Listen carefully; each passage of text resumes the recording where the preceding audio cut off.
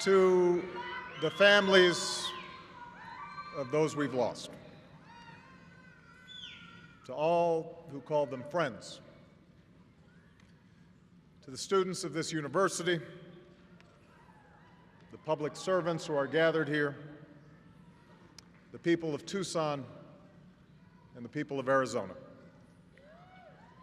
I have come here tonight as an American who, like all Americans, kneels to pray with you today and will stand by you tomorrow.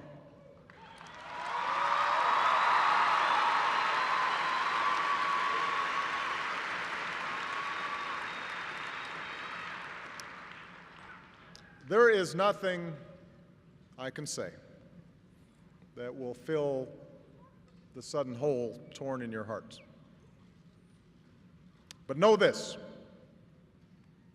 the hopes of a nation are here tonight. We mourn with you for the fallen. We join you in your grief.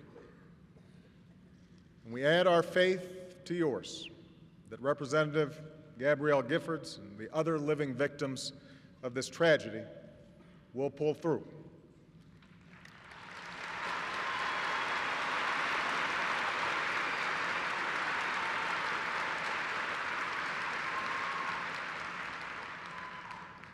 Scripture tells us there is a river whose streams make glad the city of God, the holy place where the Most High dwells.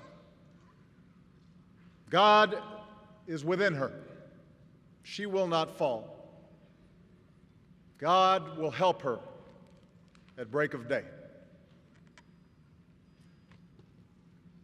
On Saturday morning, Gabby, her staff, and many of her constituents gathered outside the supermarket to exercise their right to peaceful assembly and free speech.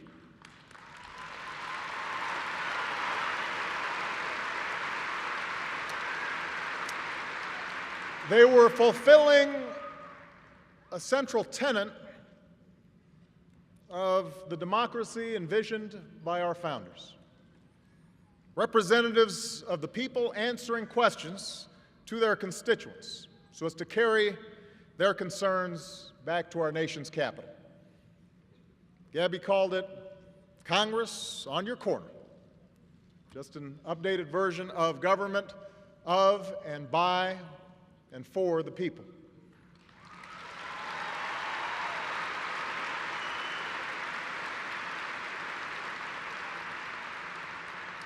And that quintessentially American scene, that was the scene that was shattered by a gunman's bullets. And the 6 people who lost their lives on Saturday, they too represented what is best in us, what is best in America. Judge John Roll served our legal system for nearly 40 years.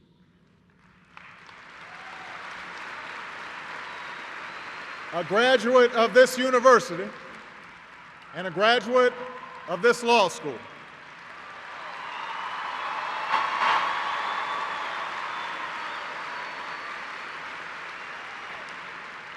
Judge Roll was recommended for the federal bench by John McCain 20 years ago.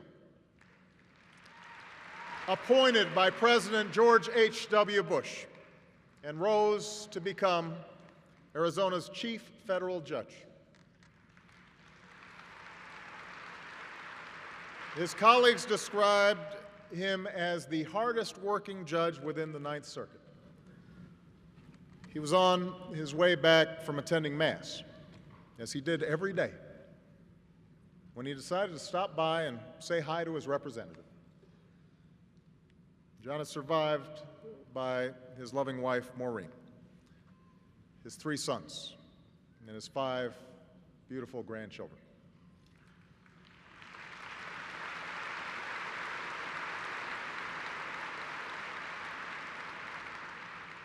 George and Dorothy Morris, Dot to her friends, were high school sweethearts who got married and had 2 daughters.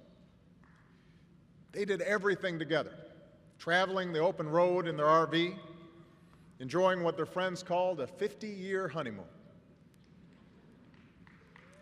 Saturday morning, they went by the Safeway to hear what their congresswoman had to say. When gunfire rang out, George, a former Marine, instinctively tried to shield his wife.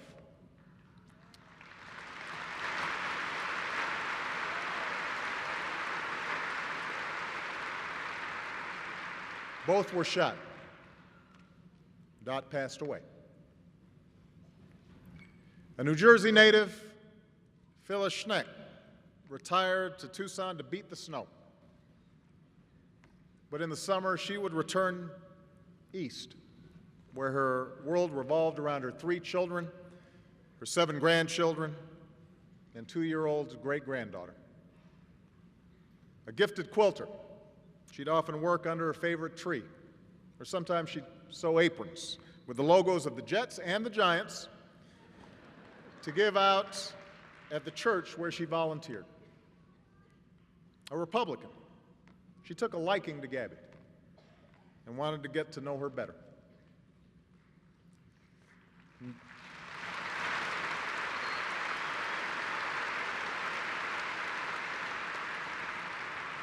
Dorwin and Mavi Stoddard grew up in Tucson together about 70 years ago. They moved apart and started their own respective families. But after both were widowed, they found their way back here to, as one of Mavi's daughters put it, be boyfriend and girlfriend again. When they weren't out on the road in their motorhome, you could find them just up the road, helping folks in need at the Mountain Avenue Church of Christ. A retired construction worker, Dorwin spent his spare time fixing up the church along with his dog, Tux. His final act of selflessness was to dive on top of his wife, sacrificing his life for hers.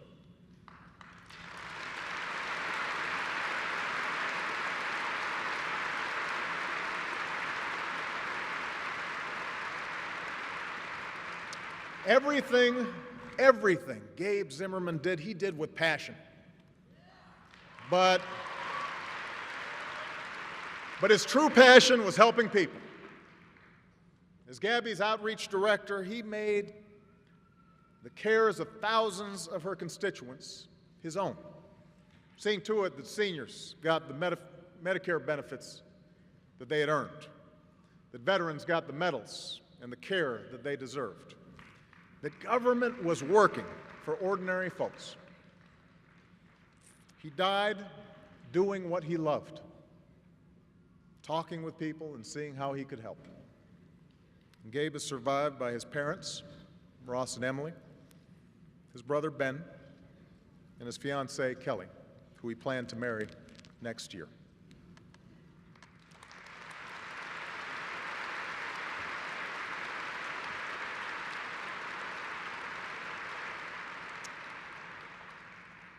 And then there is 9-year-old Christina Taylor Green. Christina was an A student. She was a dancer. She was a gymnast. She was a swimmer. She decided that she wanted to be the first woman to play in the major leagues. And as the only girl on her little league team, no one put it past her.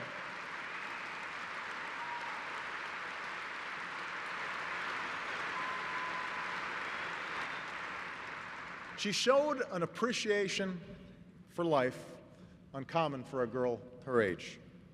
She'd remind her mother, "We are so blessed. We have the best life."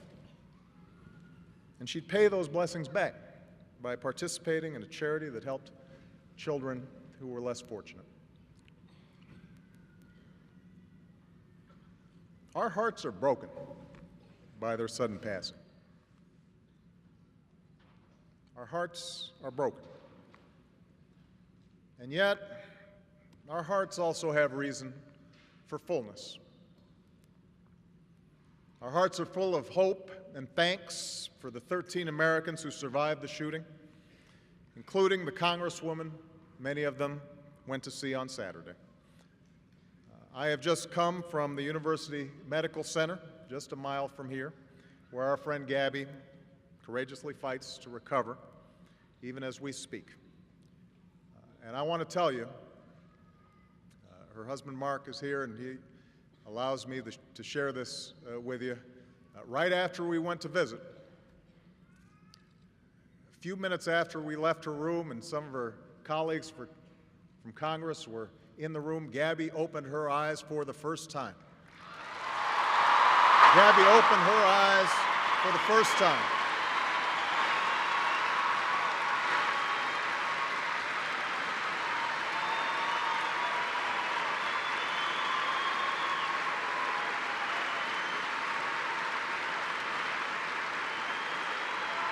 Gabby opened her eyes.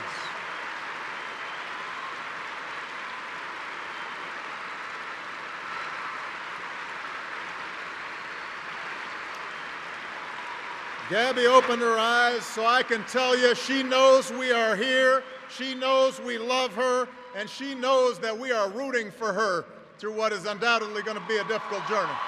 We are there for her.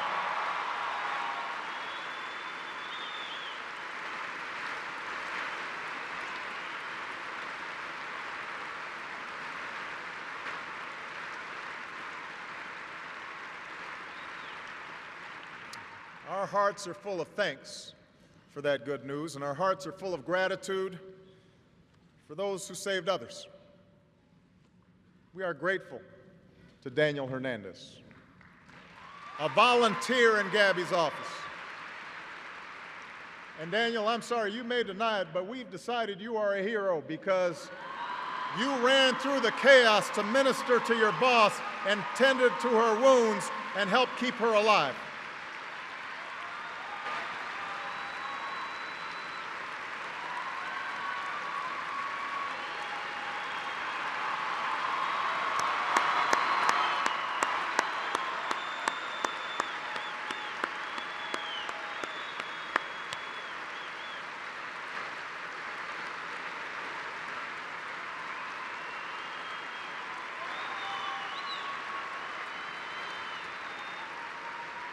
We are grateful to the men who tackled the gunman as he stopped to reload.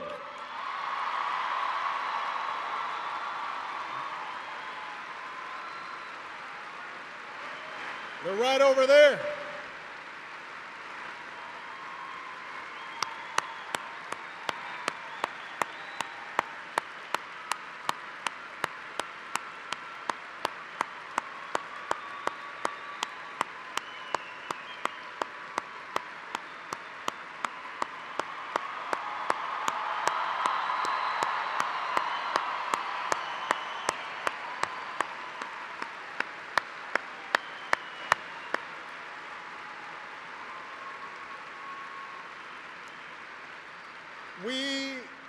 We are grateful for petite Patricia Maish, who wrestled away the killer's ammunition and undoubtedly saved some lives.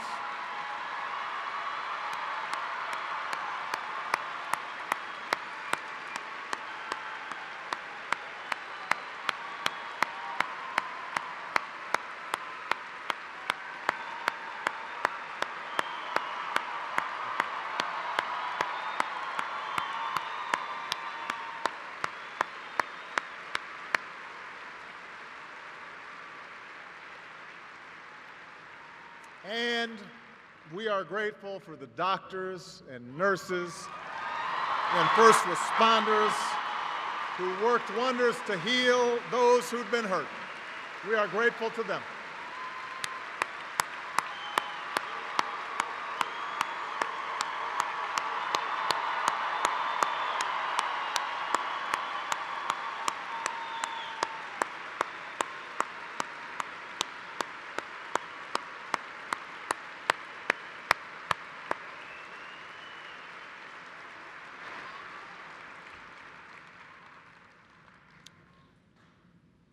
These men and women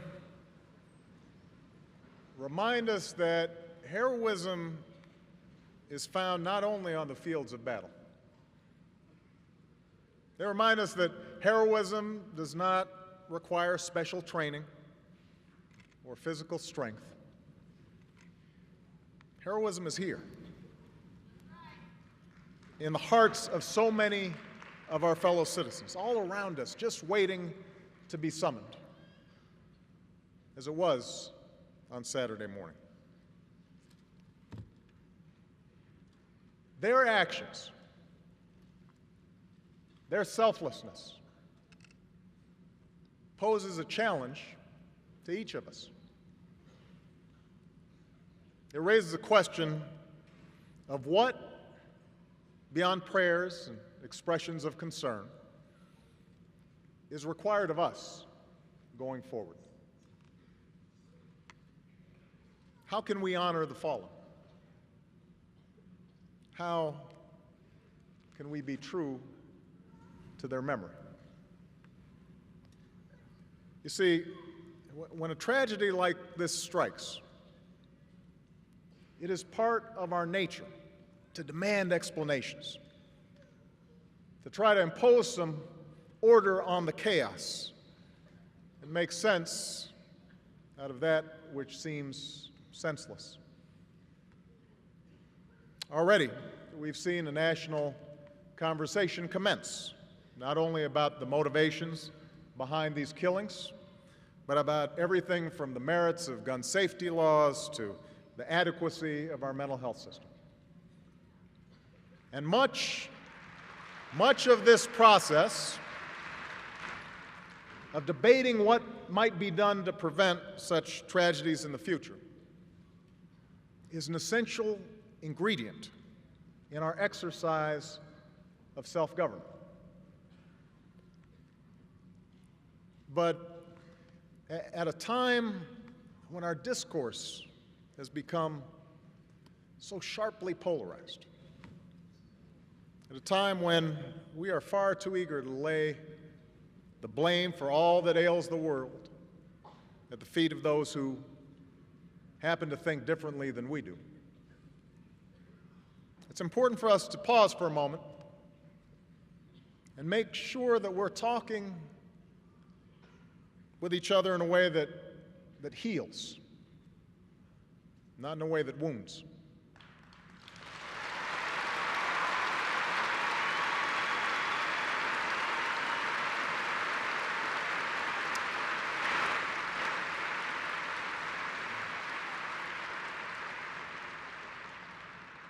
Scripture tells us that there is evil in the world, and that terrible things happen for reasons that defy human understanding. In the words of Job, when I looked for light, then came darkness. Bad things happen, and we have to guard against simple explanations in the aftermath. But the truth is, none of us can know exactly what triggered this vicious attack. None of us can know with any certainty what might have stopped these shots from being fired, or what thoughts lurked in the inner recesses of a violent man's mind. Yes, we have to examine all the facts behind this tragedy.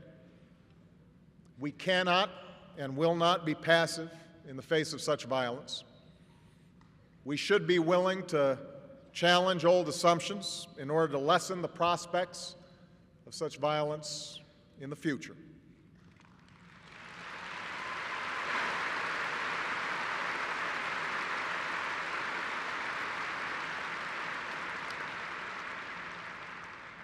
But what we cannot do is use this tragedy as one more occasion to turn on each other. That we cannot do.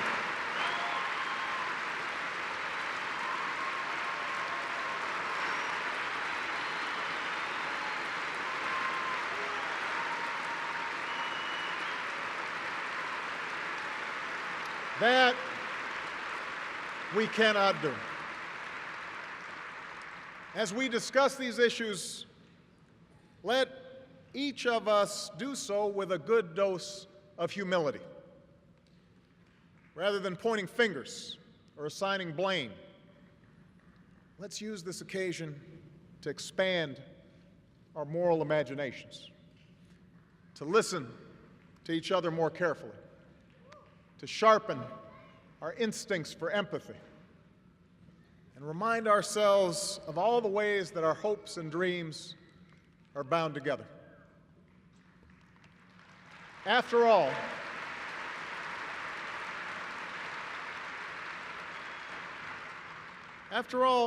that's what most of us do when we lose somebody in our family, especially if the loss is unexpected. We're shaken out of our routines. We're forced to look inward. We reflect on the past. Did we spend enough time with an aging parent, we wonder? Did we express our gratitude for all the sacrifices that they made for us? Did we tell a spouse just how desperately we love them? Not just once in a while, but every single day. So some loss causes us to look backward, but it also forces us to look forward, to reflect on the present and the future, on the manner in which we live our lives, and nurture our relationships with those who are still with us.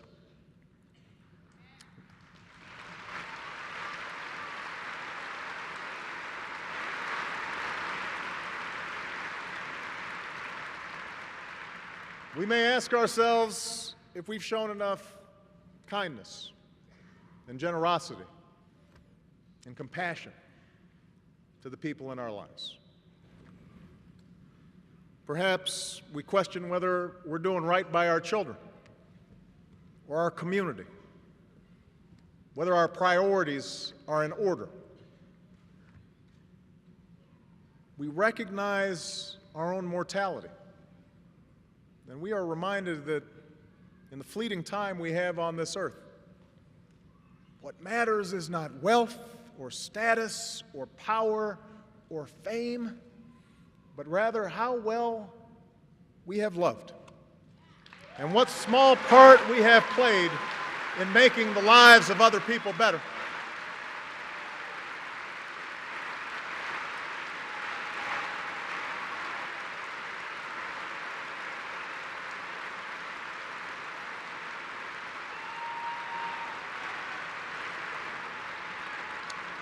And that process of reflection, of making sure we align our values with our actions, that, I believe, is what a tragedy like this requires.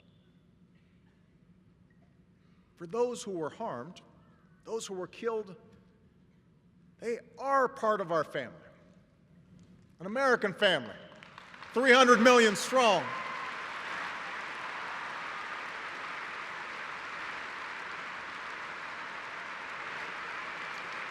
We may not have known them personally, but surely we see ourselves in them. In George, in Dot, in Dorwin, and Mavi. We sense the abiding love we have for our own husbands, our own wives, our own life partners.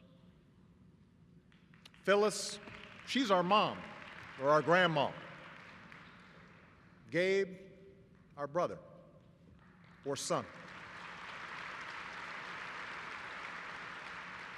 In Judge Roll, we recognize not only a man who prized his family and doing his job well, but also a man who embodied America's fidelity to the law. And in Gabby, we see a reflection of our public spiritedness, that desire to participate in that sometimes frustrating, sometimes contentious, but always necessary and never-ending process to form a more perfect union.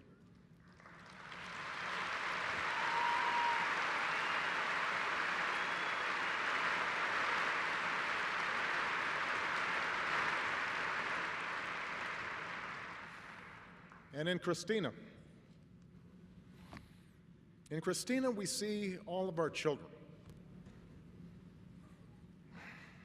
So curious, so trusting, so energetic, so full of magic, so deserving of our love, and so deserving of our good example.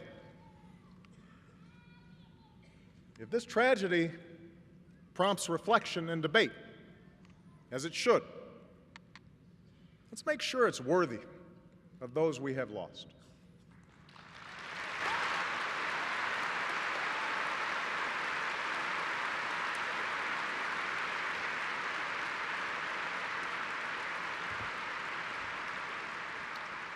Let's make sure it's not on the usual plane of politics and point scoring and pettiness that drifts away in the next news cycle.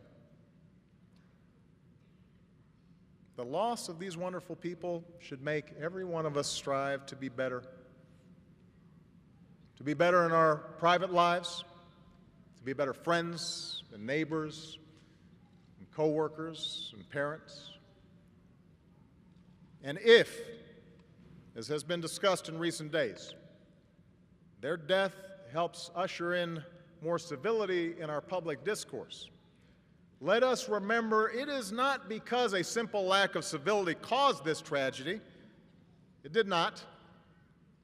But rather because only a more civil and honest public discourse can help us face up to the challenges of our nation in a way that would make them proud.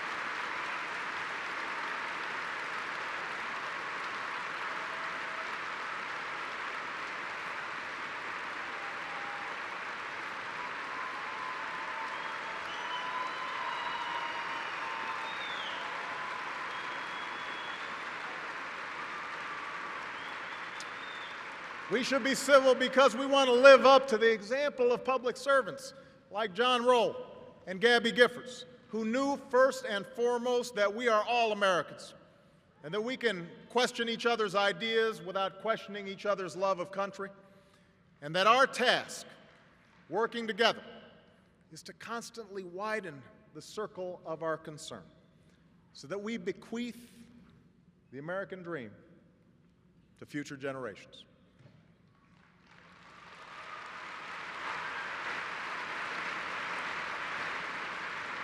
They believed,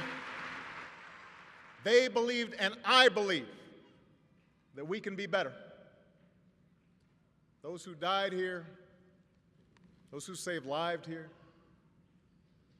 they help me believe. We may not be able to stop all evil in the world, but I know that how we treat one another, that's entirely up to us.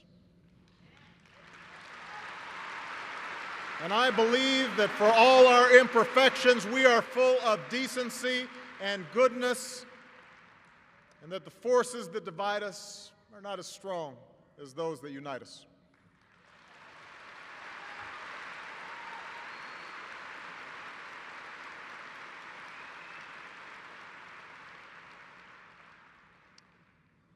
That's what I believe, in part because that's what a child like Christina Taylor Greene believed. Imagine for a moment, here was a young girl who was just becoming aware of our democracy, just beginning to understand the obligations of citizenship, just starting to glimpse the fact that someday she too might play a part in shaping her nation's future. She had been elected to her student council. She saw public service as something exciting and hopeful. She was off to meet her congresswoman, someone she was sure was good and important and might be a role model. She saw all this through the eyes of a child, undimmed by the cynicism or vitriol that we adults all too often just take for granted. I want to live up to her expectations. I want our democracy to be as good as Christina imagined it. I want America to be as good as she imagined it. All of us, we should do everything we can do to make sure this country lives up to our children's expectations.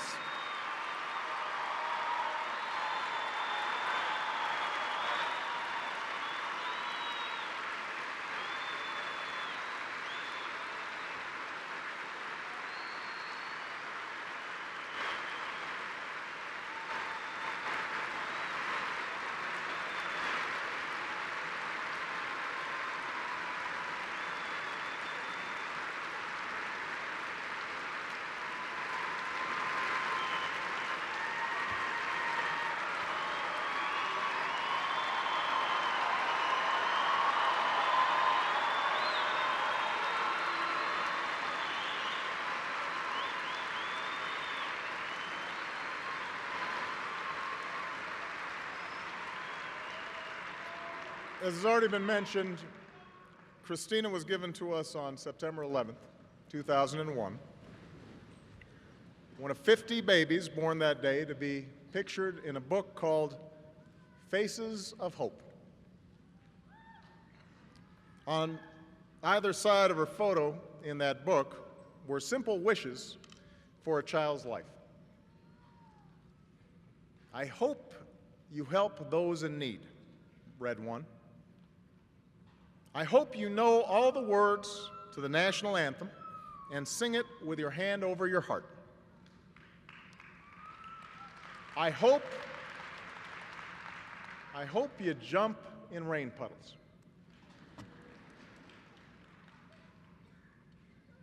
If there are rain puddles in heaven, Christina is jumping in them today.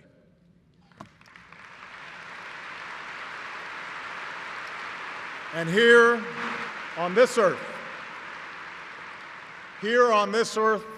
we place our hands over our hearts, and we commit ourselves as Americans to forging a country that is forever worthy of her gentle, happy spirit. May God bless and keep those we've lost in restful and eternal peace. May He love and watch over the survivors.